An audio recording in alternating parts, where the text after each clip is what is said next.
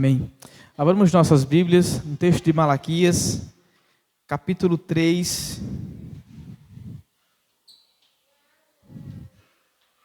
Nós iremos expor o capítulo 3, do verso 13 até o 18, e depois o capítulo 4, do verso 1 até o verso de número 6. Malaquias, capítulo 3, verso de número 13.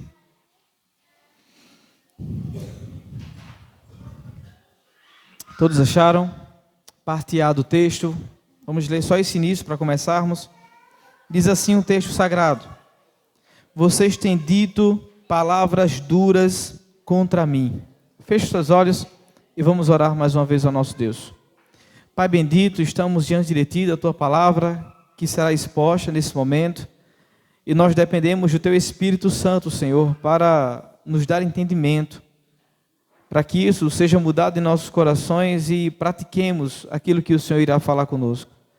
Então pedimos que o Senhor nos auxilie nessa noite, tanto a mim que estarei expondo, quanto aos meus irmãos e a mim que também estarei ouvindo a Tua voz. Faça isso conosco, Senhor, em nome de Cristo Jesus te oramos. Amém. Irmãos, nós chegamos então ao fim da exposição do livro de Malaquias. Hoje é o último sermão que nós teremos nesse livro tão impactante do qual nós estudamos. Se vocês lembram, todo o livro ele trata de uma sentença do Senhor contra o povo de Israel através do profeta Malaquias. Mas essa sentença que o Senhor dá em advertência contra o seu povo, ela tem uma base pactual, como nós vimos no verso 2. Eu sempre vos amei, diz o Senhor. O Senhor está sentenciando o seu povo, o Senhor está tendo uma espécie de 8 debates, mas a base da sentença é o amor pactual de Deus. Eu sempre os amei, diz o Senhor. As sentenças, como nós vimos, ela tem o teor central do povo que estava profanando o culto a Deus. Vocês se lembram muito bem, o povo estava em total desarmonia com o Senhor. Estavam frios espiritualmente, estavam fazendo o culto de qualquer jeito e levando a vida como povo de Deus de qualquer maneira. Estavam desonrando a Deus, desprezando o seu nome e profanando o culto que era devido ao Senhor. Deus já tinha feito 7 advertências com o seu povo. E das 7 advertências que Deus fez com o seu povo, de maneira muito cínica, ele ouviu 7 desculpas do povo. Vocês se lembram? Quando Deus disse que Deus sempre os amou, eles respondem: de que maneira o Senhor tem nos amado? Depois eles dizem: de que maneira nós desprezamos o teu nome? Ou em que nós temos te profanado? Depois eles olham para a sentença de Deus e dizem: por que não olhas, nem aceita com prazer as ofertas que temos oferecido? Vocês se lembram que eles estavam oferecendo? Animais aleijados, animais roubados e deficientes no altar de Deus. Mas eles perguntam: por que não olhas e nem aceita com prazer as nossas ofertas? Depois Deus diz que eles estavam enfadando a Deus com o culto que eles estavam oferecendo. E a pergunta deles é: como nós temos te enfadado? Depois o Senhor disse para eles que eles precisavam retornar. Retornem para mim e eu retornarei para vocês. E eles perguntam: como nós retornaremos? Depois o Senhor disse que eles estavam roubando a casa de Deus. E eles perguntam: como nós te roubamos? O povo praticamente já tinha colocado Deus no banco dos réus. Chamaram Deus de injusto, dizendo: qualquer um que faz o mal passa por bem aos teus olhos. Já nós, os justos, estamos de mal a pior. Chamaram Deus de imoral, dizendo: é desses que ele gosta, dos ímpios. Chamaram Deus de omisso, dizendo: aonde está o Deus da justiça? Mas vimos, irmãos, no último sermão, que apesar de todo o cinismo e frieza espiritual, Deus convocou e chamou o seu povo à restauração. Venham até mim, e eu irei até vocês. Retornem, e eu retornarei para vocês. Eles deveriam fazer isso e fazer essa mudança de maneira interior através do coração, mas também de maneira material, devolvendo para Deus aquilo que eles tinham roubado da casa de Deus, os dízimos e as ofertas. Agora, nessa última parte do texto, nós chegamos nos dois últimos debates. As duas últimas advertências. Agora, o dia do juízo será inesperado, inevitável e inescapável. O que temos praticamente nessas duas últimas audiências, mais uma vez, o questionamento do povo ante as acusações de Deus. Mais uma vez, o povo fará questionamentos a Deus com relação à sua acusação. Mas o que ficará claro, tanto para aquele povo daquela época, como para nós hoje, é que Deus fará a justiça no seu grande dia. Deus fará a justiça no seu grande dia. A pergunta que nós podemos fazer é como Deus executará a sua justiça. Veremos em primeiro lugar que Deus separará os justos dos ímpios. Eis, irmãos, uma verdade que aquele povo deveria ter em mente sempre que acusasse Deus com relação a qualquer coisa, eles deveriam ter essa percepção. Porque desde o início da sentença, Deus já tinha dito, quando eles perguntam, em quem o Senhor tem nos amado? Na eleição incondicional, na forma que eu tratei os descendentes de Esaú, os edomitas, vejam como eu tratei os descendentes de Jacó. De cara, eles já deveriam ver a disparidade com que Deus trata o seu povo e Deus tratava os ímpios.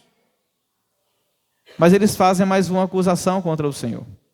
Deus faz uma acusação contra eles e eles questionam o Senhor. Veja comigo novamente o verso de número 13. Vocês têm dito palavras duras contra mim, diz o Senhor.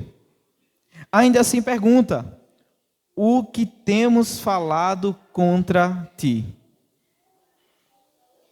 Mais uma vez, esse povo está com cinismo.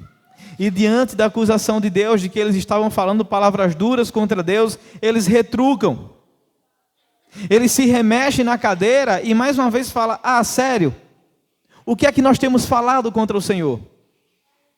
Que conversa é essa que nós temos falado palavras duras contra ti, ó Deus? Que papo é esse? Quais são as palavras que nós temos falado que são duras contra ti? Nós pelo menos não nos lembramos de nada que dizemos para te afrontar.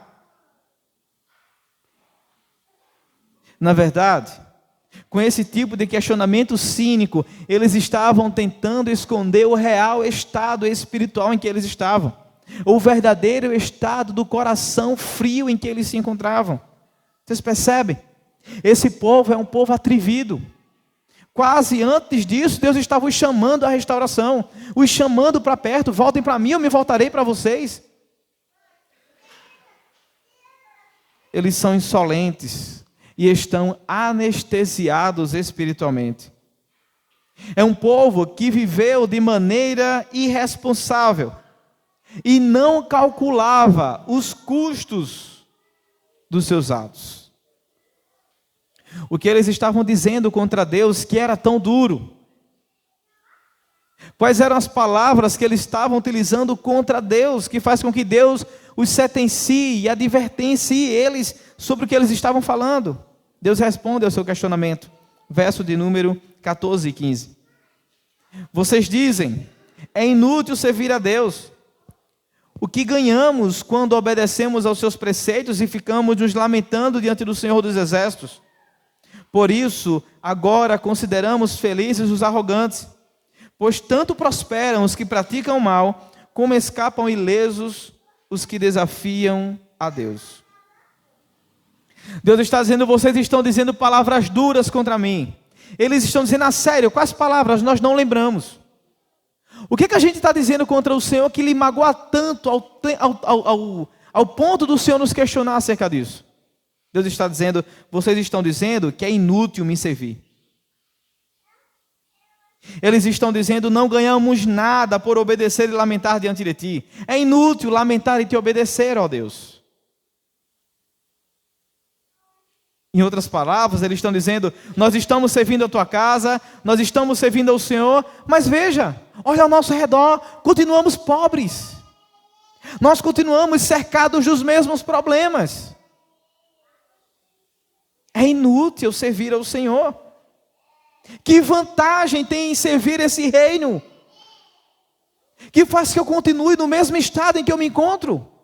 Nada prospera, nada anda, nada acontece. Ao redor só tem problemas.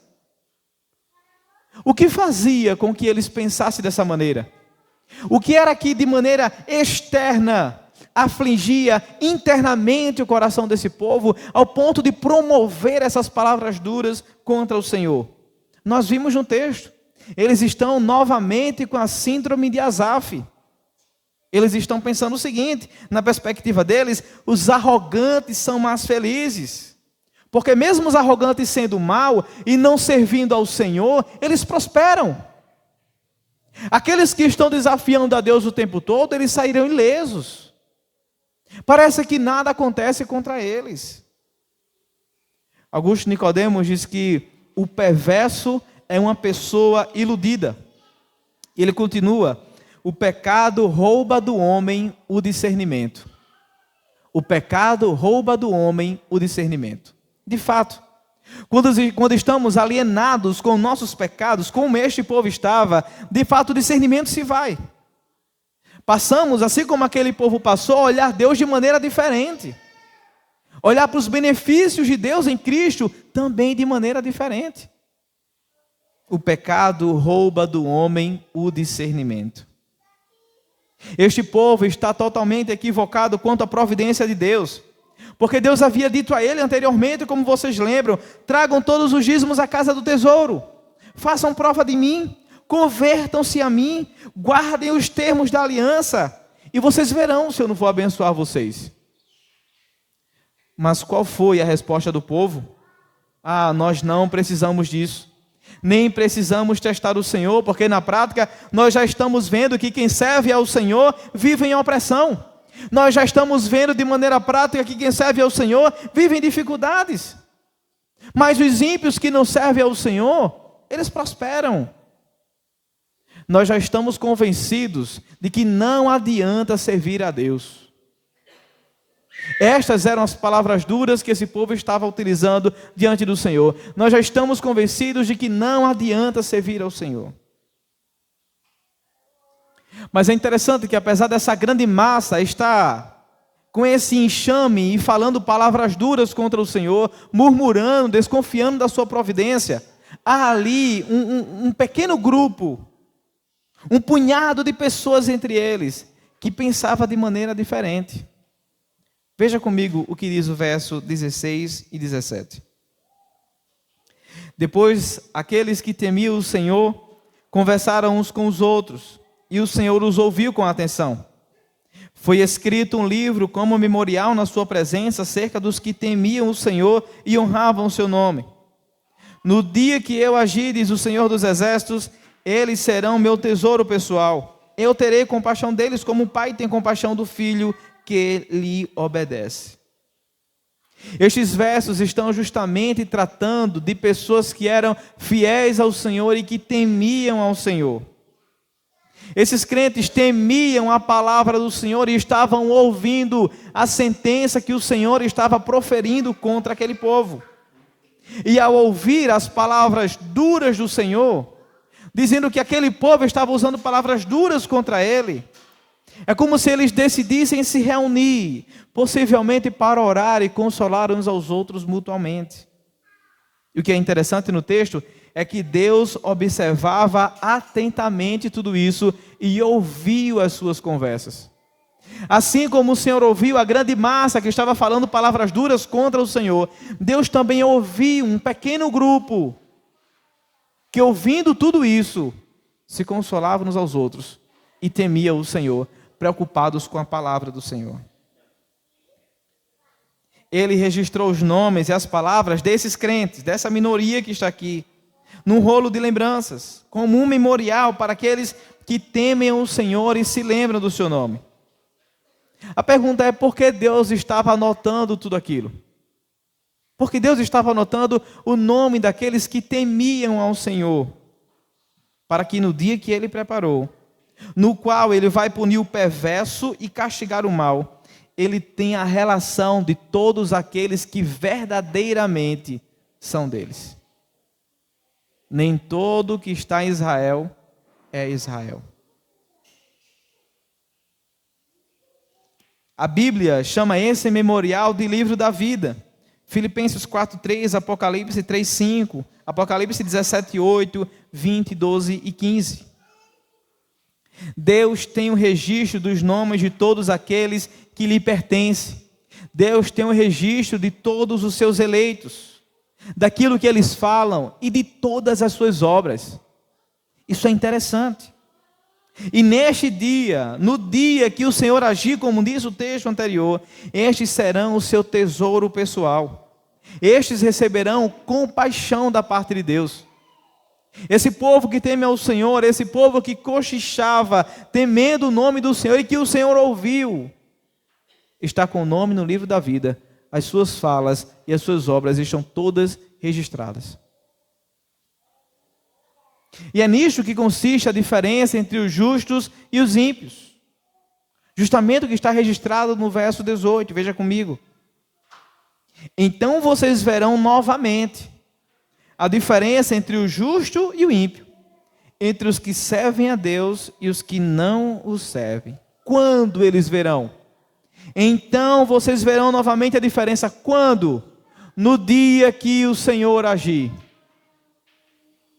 Talvez agora não seja perceptível aos olhos de vocês ver a diferença entre o justo e o ímpio, porque o justo está sofrendo, o justo está cercado de problema, o justo não sai da pobreza. Mas no dia que eu agir, vocês verão a diferença entre o justo e o ímpio.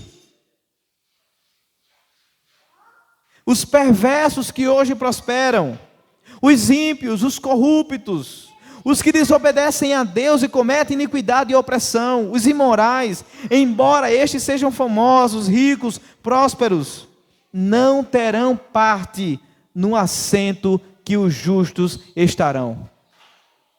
Não terão parte. Naquele dia, eles servirão de combustível para o fogo que vai arder e consumi-los eternamente. Então todos verão a diferença entre aqueles que servem a Deus e aqueles que não servem a Deus. Quem disse que é inútil servir a Deus? É tolo aquele que pensa que tudo o que possui é tudo o que ele tem. É tolo quem pensa dessa maneira. É pobre de Deus quem olha para o seu lado e mesmo tendo a convicção de que este é o tesouro pessoal de Deus, ainda assim se entristece com a prosperidade dos ímpios. No final das contas, nossa ganância e falta de confiança em Deus revela aonde está o nosso coração. Nossas palavras de questionamento contra Deus só revelam o fato de que somos justos, querendo viver a vida dos ímpios, por não perceber aquilo que já possuem no presente. Todos nós, irmãos, vez ou outra, temos dito também palavras duras contra Deus. Ou em alguma medida nós temos tido atitudes duras contra Ele. Talvez você se encontre sim com o mesmo pensamento desse povo. É inútil servir a Deus, porque nada acontece à minha volta, tudo continua do jeito que está. Já os ímpios continuam prosperando, eles saem ilesos. Você pode pensar, eu acabo vindo à igreja, evangelizando, discipulando, pregando, aconselhando, liderando PG, cuidando de gente, mas olha a minha situação. Eu ainda continuo pobre e cheio de problemas. Eu ainda continuo com a minha vida, na minha perspectiva, medíocre de se viver. Nada muda, tudo está do mesmo jeito. Para que servir a Deus se os arrogantes são mais felizes? Para que servir a Deus se os ímpios andam de carro de luxo? Para que servir a Deus se os ímpios que não temem a Deus têm casas grandes? Nada lhes falta. Nós perdemos de vista, irmãos, aquilo que é essencial. Porque nós perdemos a essência do Evangelho em nossas vidas. Nós somos filhos de Deus em Cristo Jesus. Isso implica para todos nós que no mundo há uma promessa: teremos aflições. Bem-vindo ao mundo, cristãos. Teremos aflições.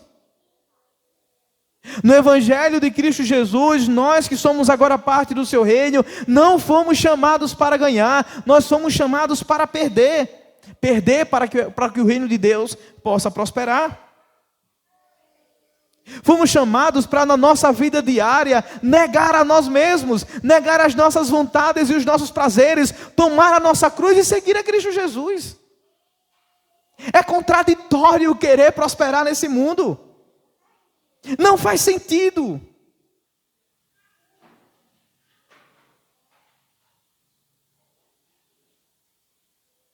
Nós vivemos com a perspectiva de que viver é Cristo e o morrer é lucro. Viver é Cristo e o morrer é lucro. Eis o nosso maior ativo que nós podemos ter. Eis aquilo que o crente pode se orgulhar. Possuir Cristo e todos os benefícios na cruz. O que é pior nisso tudo é que essas palavras quase sempre desaguam em ações. É inútil servir a Deus porque todo mundo prospera menos eu. Até alguns da casa de Deus prosperam menos eu. E falamos palavras duras contra Deus, mas isso também deságua em atitudes diante de Deus. A insatisfação gera desleixo com o serviço no reino, desleixo com a constância espiritual. Se Deus não está abençoando o que na nossa perspectiva deveria estar crescendo e prosperando, como pode então esse Deus que diz que é meu Pai e esse Deus que diz que é meu Senhor não me dar tudo aquilo que eu preciso ou mereço? É melhor não fazer nada. É melhor parar por aqui. Já tem gente demais trabalhando para Ele. A ideia na prática é a de colocar Deus contra a parede. Enquanto o Senhor não fizer o que eu estou precisando, eu também não farei nada. Vamos ficar parados nós dois. O Senhor está parado do lado daí, eu estou parado do lado daqui. Ou o Senhor age, eu também não ajo. São palavras e atitudes duras contra o Senhor. Que às vezes fazemos e agimos inconsciente, mas também de maneira consciente. Sim, irmãos, haverá coisas que Deus fará em nosso meio que não entenderemos. Mas a providência carrancuda de Deus age como quer e quando quer, para os propósitos eternos dele. Afinal, o mundo não gira em torno de nós. O mundo e tudo gira em torno de tornar apenas o nome de Deus conhecido.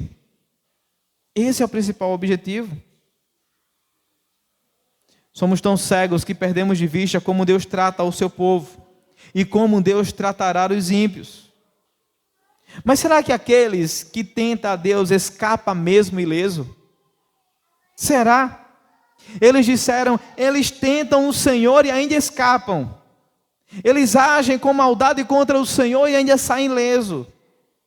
Irmãos, o juízo de Deus às vezes parece tardio. Na nossa perspectiva. Nem sempre Deus acerta as contas do perverso no instante da sua agressão. Às vezes parece que Deus está dormindo, como diz o Salmo 73:20. Porém, quando Ele desperta, transtorna o caminho dos infiéis. Não é verdade que o perverso e o ímpio saem ileso. Nós temos várias provas disso. A queda de Adão, o dilúvio, Sodoma e Gomorra, o cativeiro de Israel, revelam justamente que Deus não deixa impune o perverso. Asaf então diz, certamente tu os pões em lugares escorregadios. Tu os lanças para as ruínas. Não caem na desolação no momento. Ficam totalmente consumidos de terrores.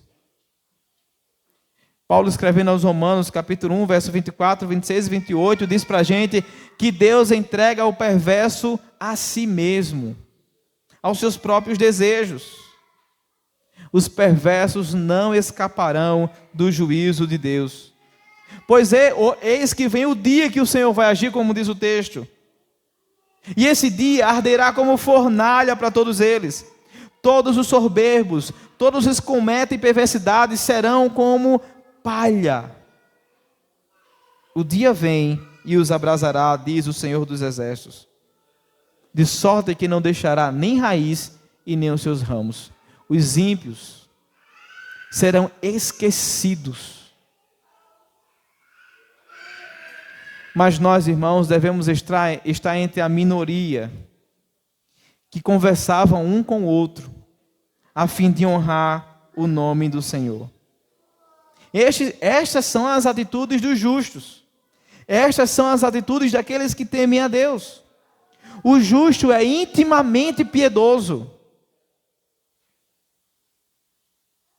O perverso só se lembra do Senhor para falar-lhes palavras pesadas, mas o justo lembra-se de Deus para deleitar-se nele, refugiar-se nele e viver para o seu agrado. A meditação do justo o leva a uma intimidade com Deus, enquanto o pensamento do perverso sempre o afasta de Deus. Nós não temos, irmãos, o que invejar, pois o justo, separado do ímpio, será recompensado por Deus. Deus ouve a sua conversação, Deus ouve os seus elogios diante dele, ouve as suas palavras diante dele. O Senhor atentava e ouvia. Deus lembra das suas obras. O texto diz para a gente que havia um memorial escrito diante dele para os que temem o Senhor. O livro da vida, escrito com os nossos nomes, com as nossas obras e todas as nossas falas, porque o Senhor tem nos ouvido. Deus nos poupará como filhos amados. É o que diz o texto. Poupá-lo-ei como o homem poupa o seu filho que o serve. Deus nos recompensará no dia em que Ele agir. E nós seremos para Ele o seu tesouro pessoal. Tesouro pessoal do Senhor dos Exércitos. Nós estamos estudando que Deus fará justiça no seu grande dia. E nós vimos em primeiro lugar que Ele separará os justos dos ímpios. Veremos agora em segundo lugar que Ele recompensará os justos e os ímpios. Primeiro Ele separará, depois Ele recompensará os justos e os ímpios. Nós chegamos agora, irmãos, na última advertência. Aqui nós teremos mais claramente a resposta de Deus com relação ao questionamento do povo ao Senhor. Sobre a ideia da pergunta que eles fizeram, o que nós temos dito contra ti? Nós veremos mais claramente o Senhor respondendo a esse questionamento, mas também veremos o que Deus fará com aqueles que neles confiam. Vejamos em primeiro lugar mais uma resposta de Deus com relação à acusação de que os ímpios sairão ilesos. Veja comigo o verso 1 do capítulo 4, por favor.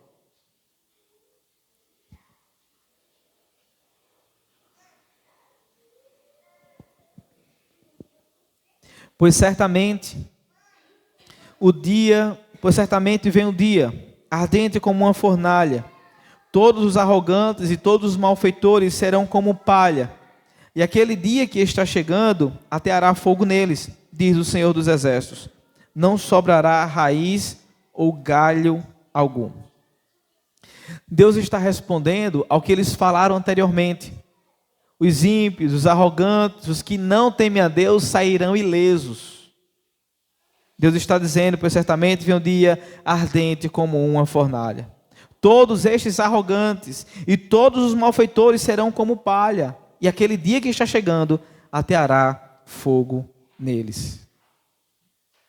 A resposta de Deus é que todos os soberbos e todos os que cometem iniquidade serão queimados como palha. Todos serão queimados como palha. Portanto, a respeito daqueles que o povo valorizava, os perversos, e vinha valor neles por todo o status e toda prosperidade que os cercavam, todo o crescimento, Deus está dizendo, no dia que eu separei, estes que vocês estão vendo, na perspectiva de vocês sendo valorizados, serão todos queimados. Serão consumidos na fornalha. Assim como o fogo consome a palha, incendeia toda a plantação e não sobra absolutamente nada. Em outras palavras, é como se ele dissesse: é desse povo que terá esse fim que vocês estão invejando? É este povo que vocês estão invejando? É eles que vocês estão dizendo que sairá ileso? E que sai ileso? Pode ser na perspectiva de vocês, mas veja o fim: serão queimados no fogo como palha. Pois bem, agora vejam se é justa tal acusação. Vejam o que acontecerá com vocês, o meu povo, naquele grande dia. Veja se a acusação que vocês estão fazendo contra mim é verídica, é justa, de que eu estou favorecendo os ímpios e não os justos. Vocês já sabem o fim deles. Veja comigo o verso 2 e 3. Mas para vocês que reverenciam o meu nome, o sol da justiça se levantará, trazendo cura em suas asas. E vocês sairão e saltarão como bezerros soltos no curral. Depois esmagarão os ímpios, que serão como o pó sob as solas dos seus pés, no dia em que eu agir, diz o Senhor dos Exércitos. Aqui Deus está citando 3 coisas que irá fazer com os justos, com o povo que teme a Deus e o honra. Primeiro, Ele irá poupá-los. Poupá-los de quê? Se os ímpios irão queimar para sempre como palha, os justos não irão. Deus irá poupá-los. Em segundo lugar, eles receberão a justiça que tanto almejam, a salvação como o sol que nasce. Deus diz que nascerá para eles o sol da justiça, trazendo salvação em suas asas. Essa é uma figura belíssima que Deus está falando sobre a recompensa dos justos.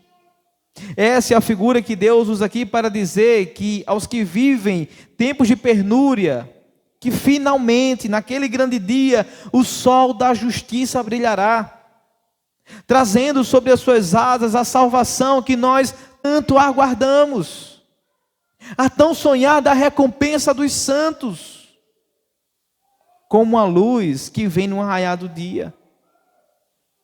Essa é a recompensa dos justos. Em terceiro lugar, o texto também fala que haverá entre o povo de Deus grande alegria e exultação. E a imagem que ele traz para a gente dessa grande alegria e exultação que nós viveremos é justamente a figura de bezerros soltos no quintal. Vocês se alegrarão e pularão como bezerros. Algumas pessoas que vivem no campo dizem que um bezerro, quando é solto, fica todo alegre e sai pulando de um lado para o outro, eufórico, feliz. Essa é a figura que Malaquias usa aqui para falar da exultação e de toda a felicidade que o povo de Deus experimentará naquele dia. Para nós, alegria. Para nós, saltos de felicidade. Para nós, exultação. Para os ímpios, fogo. Fogo. Irão queimar como palha. É desses que vocês estão tendo inveja? É para eles que vocês estão olhando e estão dizendo que a vida deles passa de maneira... eles estão ilesos? E que eu estou os favorecendo? Não. E por último, ele diz: pisareis os maus. Falando que todos nós, os justos, pisaremos os maus. Porque serão como um pó debaixo da planta dos vossos pés naquele dia que preparei, diz o Senhor dos Exércitos.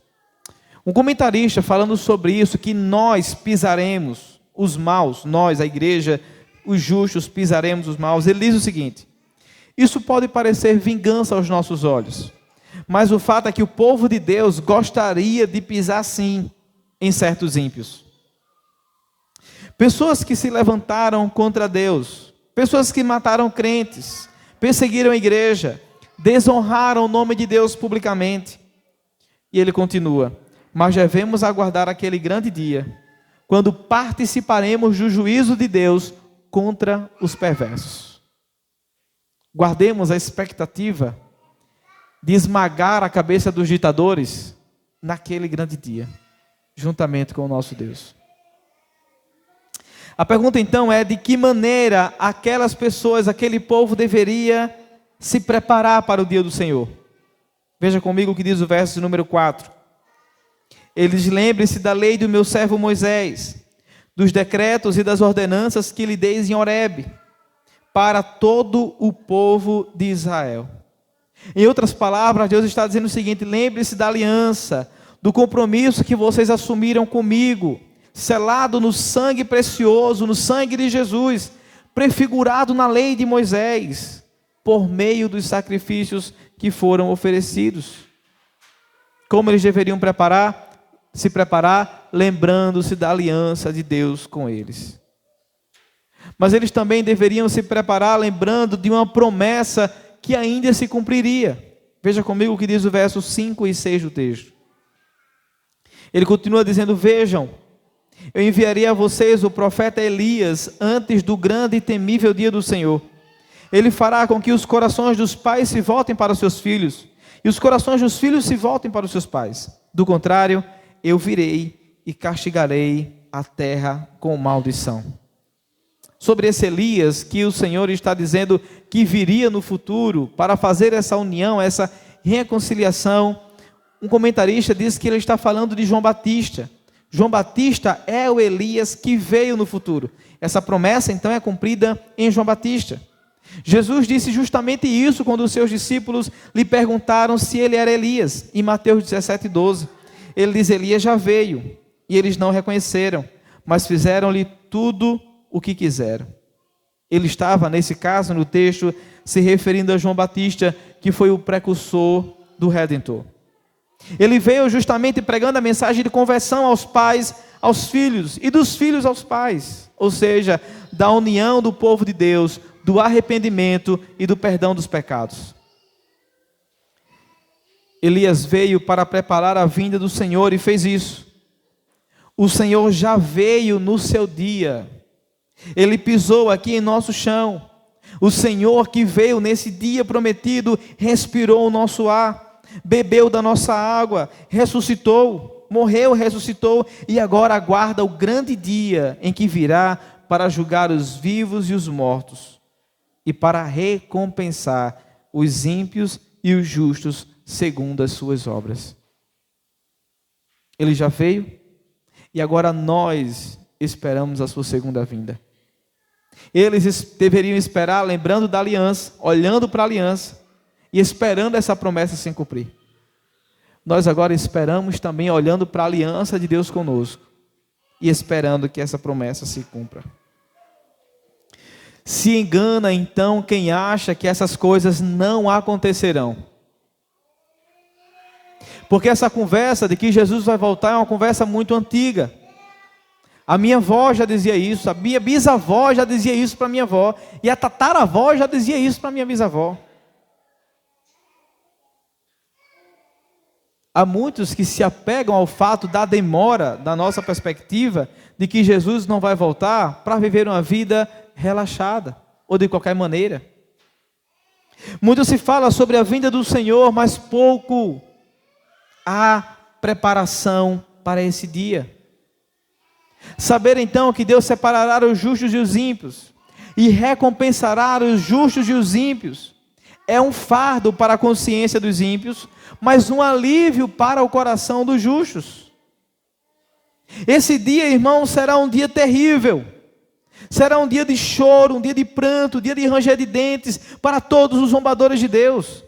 Mas esse grande dia será um dia de paz, gozo e alegria para aqueles que amam ao Senhor Jesus e esperam com grande expectativa a sua volta. Não será um dia de tristeza nem de lamento para a gente, mas será um dia de gozo e de alegria. Para os justos, Deus é o fogo do ourives que purifica. Para os ímpios, Deus é como o fogo da fornalha que destrói. Esse grande dia, o dia que nós tanto esperamos, vai arder como fornalha. Os ímpios serão como palhas que vai arder no fogo. Nosso Deus é um fogo consumidor, como diz Hebreus 12, 29. Nas Escrituras, o fogo geralmente é associado com o julgamento, visto que é um símbolo da ira santa de Deus. O fogo consumiu, o fogo consumiu os inimigos de Deus em 2 Reis, capítulo 1, bem como todos os israelitas que desobedeceram em Levítico 10, João 3. Deus tem reservado o mundo para o juízo com fogo, como diz em 2 Pedro 3,10. E o inferno é comparado com um lago de fogo, como diz Apocalipse 20, 10 e 14, capítulo 21, verso 8. Por isso, irmãos, quando Jesus voltar para julgar o mundo, ele virá em chamas de fogo.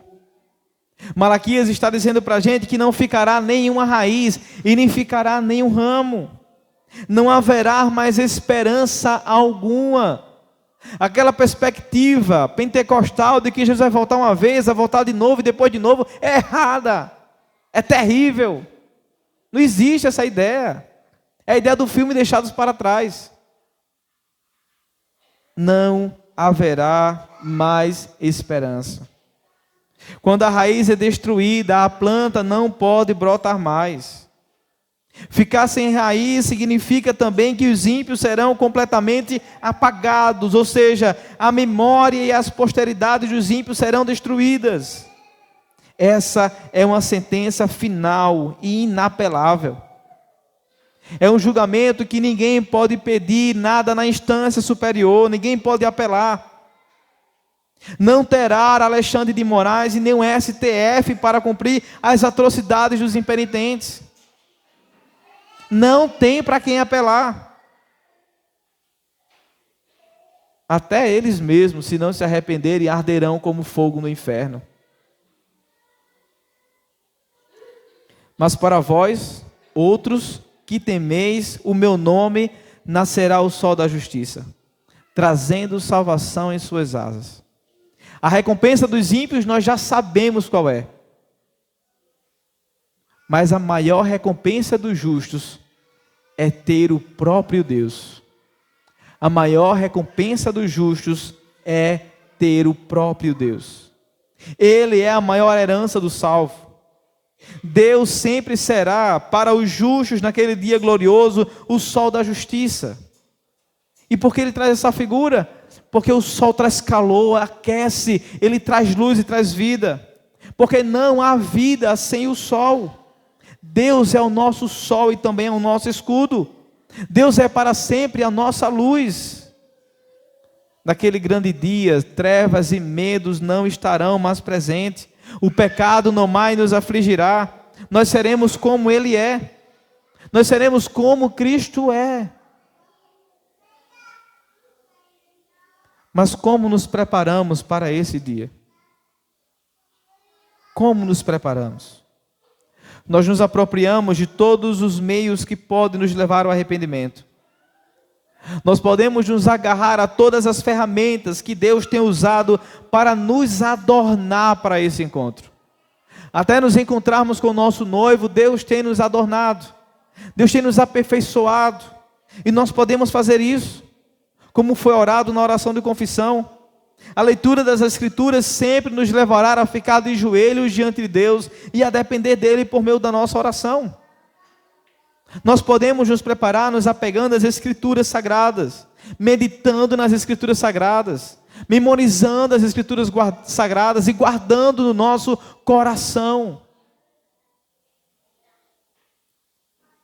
Os amigos são também ferramenta de Deus para nos adornar até o seu encontro.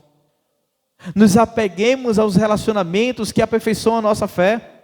Nos aproximemos de pessoas que nos conduzem a Cristo Jesus. Nos aproximemos de pessoas que nos aperfeiçoam a estarmos mais santos diante de Deus. Nos apropriemos dessas ferramentas. O culto público é uma ferramenta de Deus para nos adornar no encontro com Ele. Nos apropriemos então do culto público. Tenhamos como importância o culto público. Lembremos que todo o livro de Malaquias é uma sentença, uma advertência, porque o povo estava justamente profanando o culto ao Senhor. O pecado cega o nosso discernimento. Nos apropriemos disso. Nos apropriemos do corpo de Cristo. Nos preparemos buscando incansavelmente viver para Cristo e servi-lo com tudo aquilo que somos e aquilo que temos. Em cada período da história, Deus envia seus mensageiros para chamar o povo ao arrependimento, antes que venha o juízo de Deus. Na reforma do século XVI, Elias veio na pessoa de Lutero, Calvino e John Knox. No século XVIII, Elias veio no fervoroso espírito de John Wesley, George Whitefield e Jonathan Edwards. Hoje, Elias vem no ministério de todos aqueles que se levantam no poder do Espírito, em nome de Deus, para chamar o seu povo ao arrependimento. Ouçamos a voz de Deus, não endureçamos os nossos corações, porque o nosso Redentor está voltando. Essa é a verdade mais absoluta que pode haver nesse mundo. Não é relativa, não tem variação. Há uma conexão entre a primeira e a segunda vinda de Cristo. O tempo chegou em Cristo e avança para o grande e terrível dia de Deus. Nos preparemos para isso, porque o nosso Redentor está para voltar. Nos preparemos para isso. Para concluir, você ainda está se perguntando se vale a pena servir a Deus? A resposta é uma só: vale. Vale. Só que a recompensa não virá agora. Vale a pena servir a Deus, só que a recompensa não virá agora. Aqui neste mundo nós estamos sujeitos a toda sorte de lutas, problemas e dificuldades, como todas as pessoas passam. Neste mundo estamos sujeitos a ver os ímpios prosperarem e os que praticam o mal não serem punidos. Porque Deus reservou um dia em que haverá o ajuste de contas. Esse dia do ajuste de contas já está separado. Ele acontecerá. Um dia que vem como uma fornalha, como fogo ardente, símbolo da sua ira, do seu castigo, em que Deus destruirá os ímpios e os perversos e lhes aplicará o castigo que merecem. E nesse mesmo dia, Ele mostrará que nos ama, porque nós seremos poupados. Portanto, irmãos, a nossa felicidade é futura. Por isso temos sempre de nos ver como peregrinos nesse mundo. Peregrinos que oram para a nossa cidade celestial, para esse grande dia, que para o ímpio será um dia de fornalha, mas para nós, o dia que brilhará como o sol da justiça. Nesse dia, então, nós veremos que sempre fomos o tesouro pessoal de Deus. Por mais que agora, por causa da nossa perspectiva pecaminosa, não vejamos que nós somos o tesouro pessoal de Deus, naquele grande dia, por sermos poupados, nós saberemos definitivamente que sempre fomos o tesouro pessoal de Deus.